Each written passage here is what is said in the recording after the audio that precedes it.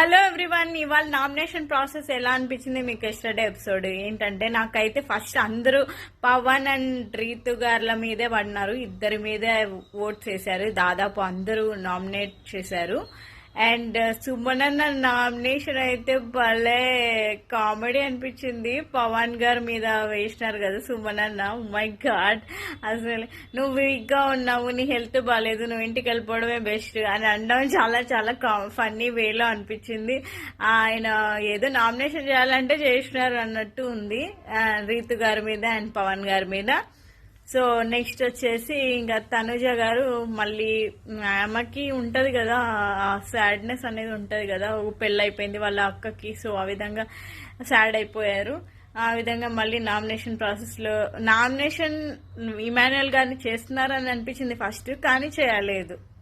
So ఆమె point అనేది అప్పుడు ఆ టైంలో సీరియస్ గా మాట్లాడాలనేసి మాట్లాడినట్టున్నారు. సో ఇంకా ఇదే అనమాట. భరణి గారిని అనవసరంగా నామినేట్ చేసేసినారు కళ్యాణ్ గారు. సో ఆయన కూడా నామినేషన్స్ లో ఉండిపోయారు ఎటకేలకే. సో ఇదన్నమాట. Please subscribe to my channel guys.